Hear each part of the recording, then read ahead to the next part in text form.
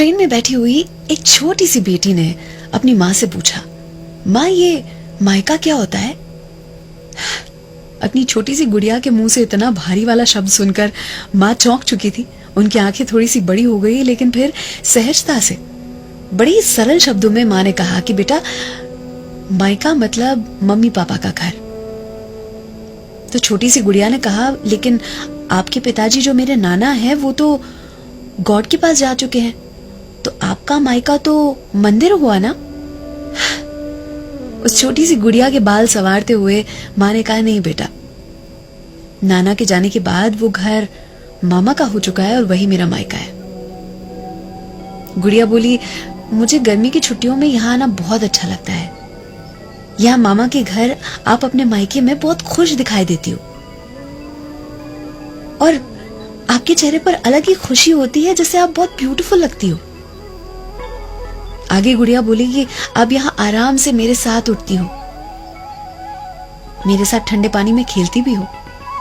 नानी की मदद करने के बाद नानी कभी कभी दोपहर में आपके सिर में तेल डाल के देती है।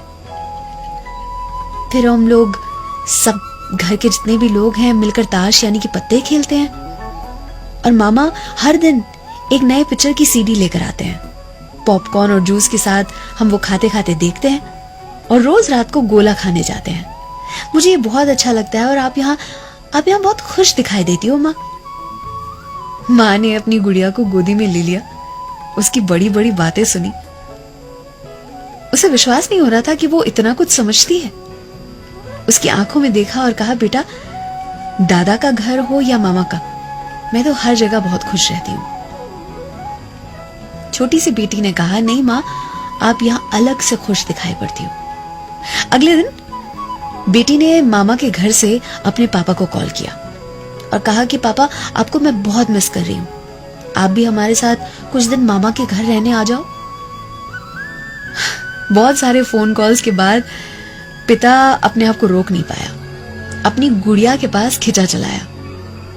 अब आ तो गए, लेकिन अगले दिन अपनी बीवी से कहा, यार, तुम्हारे घर आना और रहना बहुत डिफिकल्ट है। यहाँ सबकी फीलिंग्स का ध्यान रखना पड़ता है, ज्यादा खिलाए तो खाना पड़ता है, सबकी बातें माननी पड़ती है, सबको खुश रखना पड़ता है। और यहाँ जिसे देखो तुम्हारी टीम में है, तुम यहाँ की महारानी हो, मैं तो थक गया। हस्बैंड और वाइफ के बीच में जो बातें हो रही थी, उसके बीच ये छोटी सी गुड़िया कूद पड़ी।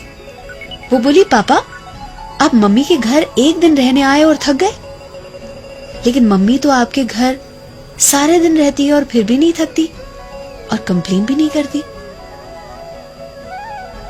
अर्थात हर स्त्री को अपना ऐसा घर मिले जहां उसे मायके जैसा प्यार मिले। थकान को गर्मी की छुट्टियों का इंतजार न रहे। ये पौधा नई माटी में भी खूब खिले। वैसे तो हर महिला के पास मायका और ससुराल होता है, लेकिन अपना खुद का घर वो कौन सा है? क्योंकि मायका कहता है कि बेटियां तो पराया धन है और ससुराल कहता है कि ये तो पराये घर से आई है। दोनों ही घर में उसकी हंसी, उसकी जिद, उसका पागलपन, उसकी आलस, उसकी बदमाशियां जीवित रहे।